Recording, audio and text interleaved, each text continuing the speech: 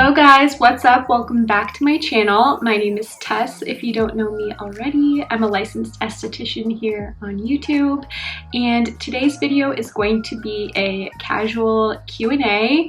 You guys submitted a bunch of questions through Instagram, so thank you so much. I have not peeked at them, but I believe it's a mix of personal, esthetician, and skincare related. So super excited to answer these for you guys. Also, don't forget to subscribe to my podcast if you are not already. I'm going to save some of the questions since they were so good and there are so many of them. I'm going to put some of them in the podcast. So that's just a free educational resource for you guys. I think it's super smart to consume esthetician content in your downtime, maybe when you're driving, making your meals, folding laundry.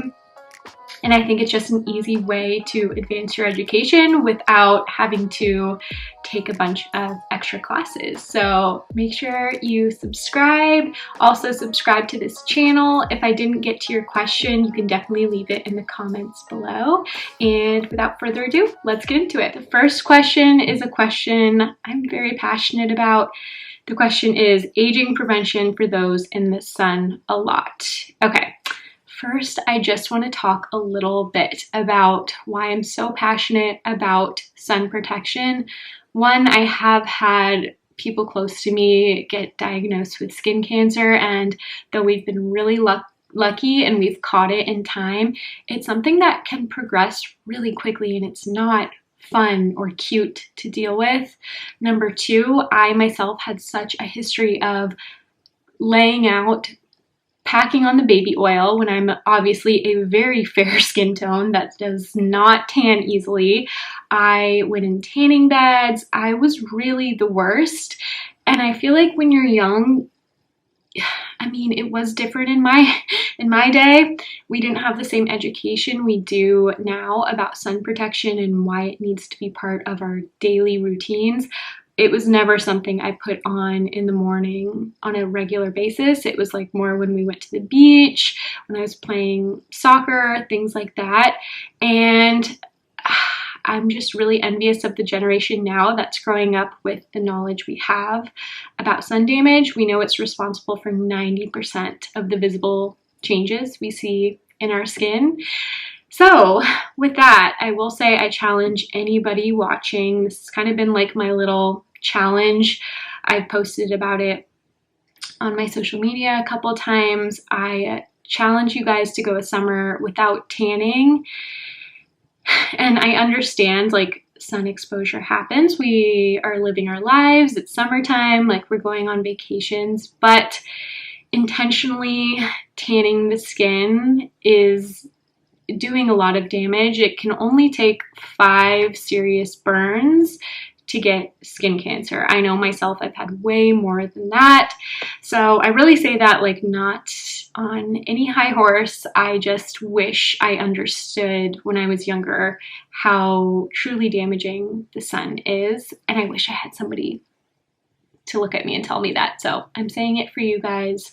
You will thank me in your 30s. That's when you start to see those signs of the sun damage. I'm seeing them now, and there's things you can do, but it's really hard to make up for lost collagen and that damage that's done deeper in the dermis. So don't tan, don't lay out is my first tip. If you are in the sun a lot, which I understand because some people with their jobs or their lifestyle, it's just part of their life. My boyfriend, for example, is a baseball coach. He spends pretty much every day in the sun. So we have a little routine now where he sprays himself, like after he dries off from the shower, he sprays himself with sunscreen before putting clothes on.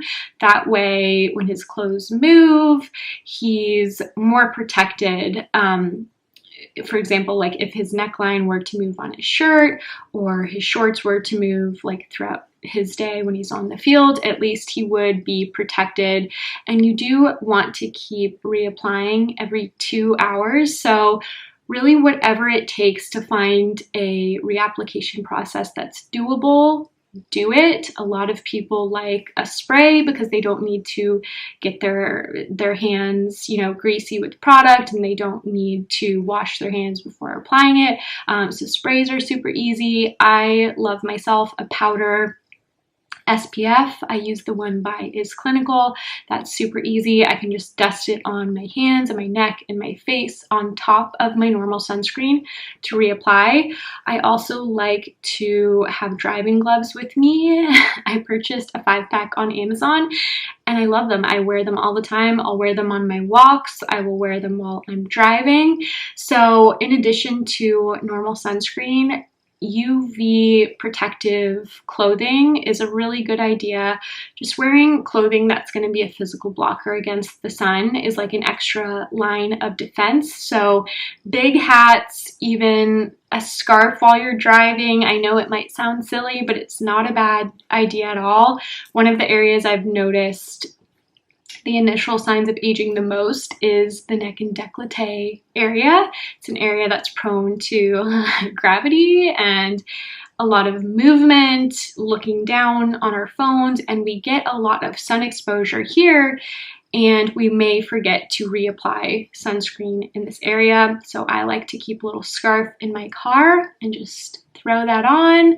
Visors are a great idea. Hats, long sleeves. I know it sounds silly, but trust me, your skin will thank you. And reapplication of sunscreen really is one of the most important things. So keep it with you when you leave the house. I do this, you know, every day of the year. I just throw it in my purse and I remember to reapply every 2 hours. That really will make a big difference, and find a sunscreen that is easy for you to reapply. And lastly, seek shade when possible. If you are at the beach with your family, you know, bring an umbrella or sit near some trees. I would really try to make it a point on your vacations not to have intentional tanning time and laying out. It's one thing if you want to go swimming and, you know, enjoy yourself, enjoy activities, but I would not recommend like laying out intentionally in the sun, even if you are wearing sunscreen. Again, no such thing as a healthy tan. Any change in the color of the skin reflects damage and inflammation. Advice on growing clientele when starting. So I think I'll just speak for myself because I know every esthetician is different. Some people like to market with other businesses in their area. Maybe you might like to do some Instagram ads or some Facebook targeted ads. For me, my growth has been just entirely organic, and I've relied on two things. One, social media, of course. I am on as many platforms as is manageable for me, and I'm on platforms that I enjoy. So that has allowed me to really enjoy marketing my business. I don't even think of it as marketing. It's truly just like a love for the game. Like I just love changing people's skin. I love sharing about that. I love seeing the progress. I love seeing the mental change that occurs with my clients. So this would be my advice, to find a couple forms of social media, and even if it's just one, even if you just start with Instagram or start with TikTok or start with YouTube, start with a podcast. Pick one or two or as many as manageable and that you feel you can communicate on in a way that highlights your strengths, that allows you to be you, and that you enjoy posting on. I've been told, you know, by a couple people I should be on Facebook more, I should have a Facebook group, and for me, I just don't enjoy Facebook. It's not natural to me. I just truly would not enjoy posting on Facebook for some reason, so I don't. I really just hone in on the platforms that I love, and for me that includes Instagram, TikTok, having a podcast, and having a YouTube channel. And I really do think when it comes to marketing your business, as tough as it is to hear this, I think the number one mistake that people make is latching onto social media as a marketing tool, which doesn't make sense because I'm telling you, use it for marketing purposes. But what I think the best approach is to truly, again, find a platform that is organic for you and that you enjoy posting on, because when you come across like desperate or you're on there just to secure clients rather than provide value that naturally leads people back to your business, that's where I just see kind of like the gap between people who are using social media because they enjoy it and it's natural versus somebody kind of forcing it. And you can just tell, and you might be thinking like, Tess, but I don't enjoy it. If you truly do not enjoy social media, you don't understand it, you don't get it, the posting is not natural, it's just not for you, it's not your gift, not your talent, I really recommend perhaps hiring somebody who can capture you in your element at your spa, who can do the posting for you, who can schedule posts out and just naturally gather content for you. That might not be for everyone, and I know that is an extra expense not everybody can afford, but at the same time, I think we understand social media is so worthwhile. And I have a friend, Lash and Wax OC, her name is Bree. She has been completely transparent about the fact like she needed somebody to help her with social media, and she has hired somebody in a way that makes her page capture her essence of her business. It highlights her strengths, and like you would never know that somebody else is doing the posting because it seems just very seamless, but at the same time, you can tell somebody knows what they're doing with her social media. I hope that makes sense, but I just think it should never feel super forced. But if you can use it in a way that allows you to enjoy the process and just share in what you're doing, I think that's really the best approach. The second way that I have grown my clientele, by the way, I own a all virtual skincare clinic, and it completely happened organically. It happened during the pandemic when I left my job and spas were closed. I was naturally just getting a bunch of DMs from people who knew skincare was my expertise, and they wanted consultations, they wanted advice. They, couldn't get in for facials, and all they could do is really make the most of their home care. So it just started out helping a couple friends with their skincare routines, and then the process got more streamlined, more official, and a little bit more formal, and just, like a real legitimate business. Now, the results of my business and the growth did not stop when spas reopened. And I think that's because I focused on providing a niche. Well, I didn't even intentionally do this. It just kind of naturally happened, but my business evolved because there really was a need for it, and there wasn't many businesses really making the most of the virtual consultation process. And I don't think many businesses have gone as in depth with the process as I do. It really is like a full on, I want to get to know my clients, their lifestyle, and identify as many triggers as possible. It's not a quick one and done, like fill out this survey, here's your stuff. It's very much a comprehensive, holistic approach to understanding the client and knowing that their skin is so much more than just the products they put on their face. That, of course, that's important, and we're going to make the most of that, but it's also about the person. And so I think that was unique, and it has allowed me to grow because, again, it is very much a niche business. And the other component of growing my business has been really just focusing on the existing clients. Even when I had 5 clients, the business was able to grow from there because I just focused on giving each client the best possible service, experience, and results. And of course, if people have a great experience with you or you change their life, which can totally happen with skincare, people love to share. They're going to tell their sister, their mom, their friends. And I think referrals and just taking care of your existing clients really is one of the most tried and true ways to grow as a small business. And as an esthetician, I don't have, you know, a fancy gimmick or a trick or a hack. I really just focus on taking care of my people, and if you give them an exceptional experience, your business is going to inevitably grow. What is my favorite drugstore facial oil?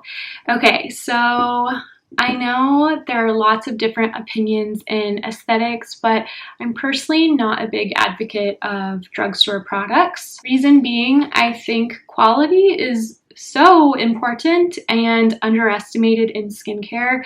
Products at the drugstore may only be 70% pure, whereas a pharmaceutical grade line is required to be 99% pure. It has to be proven effective, and there's a lot of clinical research and trials that goes into making results-oriented products. So I don't suggest drugstore products, mainly because I think if those products really worked, people wouldn't have the need for estheticians. So I really say it to save somebody time and money and frustration and harming their skin. And I think there's some people who just don't have problematic skin. They can use that, and that's totally fine. And in that case, you know, maybe somebody can keep using those things. But I feel as a professional, I do have a responsibility, and I don't think there's anything wrong with upholding a high expectation and standard for my products, because I want to help people at the end of the day, and I know how expensive acne and certain skin conditions can get, and I think home care really is the most affordable way and the most reasonable way to care for your skin, because it's affecting your skin on a daily basis. So if you can't afford to go get facials or professional treatments, I would suggest investing in a high quality core routine. So yeah, I don't suggest, you know, an oil from the drugstore, because we have no idea how pure it is or what the quality is or even what the results we can expect are. So I would suggest just putting your money aside and saving up for a good quality one, even if it means like getting the trial version from Glymed. I have a tiny vial, I think it's like $6, and it's lasted me months. I don't use it every day, but since the quality is so pure, you can get away with using less. And if we do have the interest of saving money, I think it is just so much more effective to invest in the right things once, rather than buy a bunch of drugstore oils and them not work out, them clog your skin or damage your skin, and then you have to spend more money trying to fix the problem. So that's something I feel like we very much appreciate quality when it comes to our food, our clothing. Why not our skincare? We are putting that on our face, which is something we will have for life. Can you recommend some courses for after SD school and how to find them?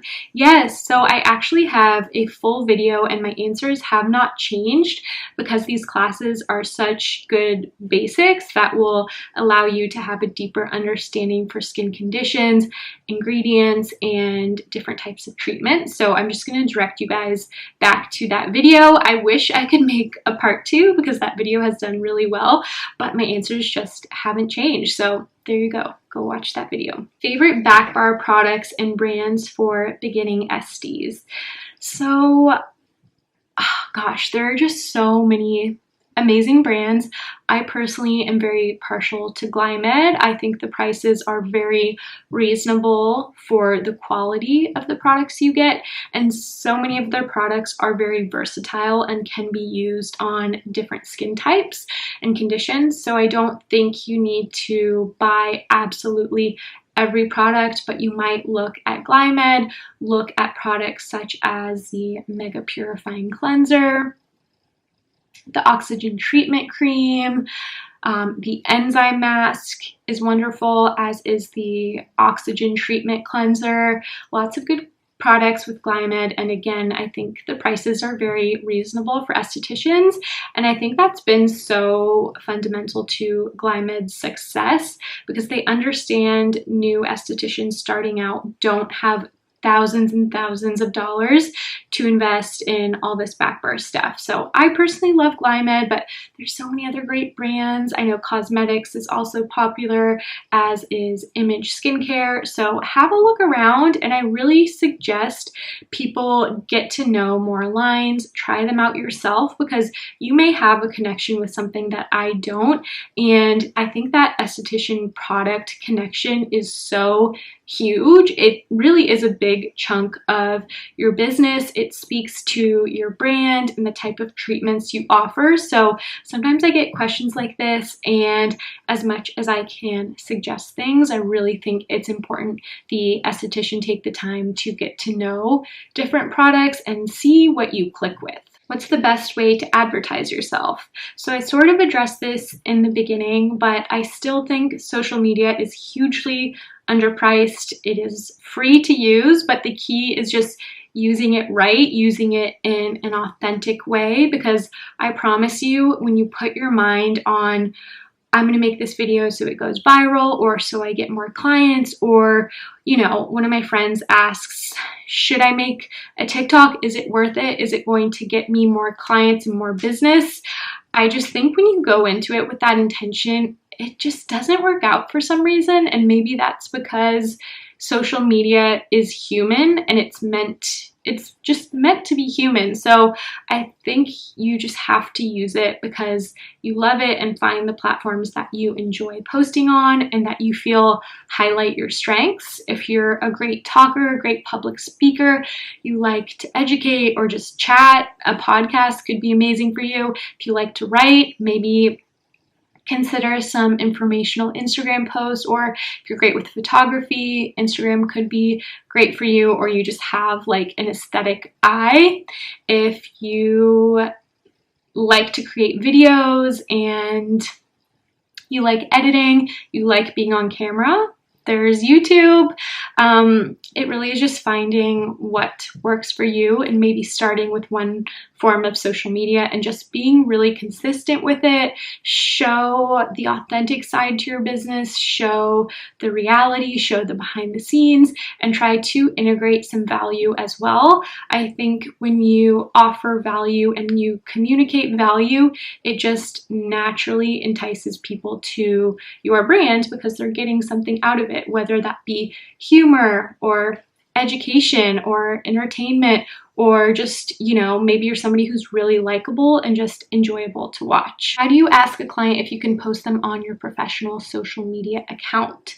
So I think this really depends on where you work. If you work for yourself, that's different from working for a business owner. Some business owners are more casual. They don't mind, you know, if you get the client's consent.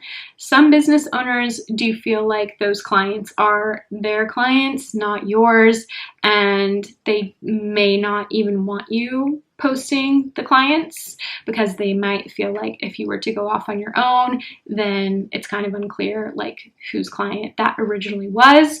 If you work for yourself or if you have full permission, I think it kind of just depends on the relationship and the vibe and whether or not asking for the photos is going to make somebody like uncomfortable. I think their experience needs to come first. So if it's somebody that, you know, you have a good relationship with, you just know they wouldn't mind, you can just ask them, simply ask them if you can take a photo, and definitely disclose, you know, whether these photos are just for personal use to see their progress, or if you do want to use them on social media, make sure you ask and get their permission because, you know, part of this experience for people is vulnerable. I have, you know, acne clients who are so proud of where they are now. They definitely do not mind me posting their pictures, but I always want to make sure,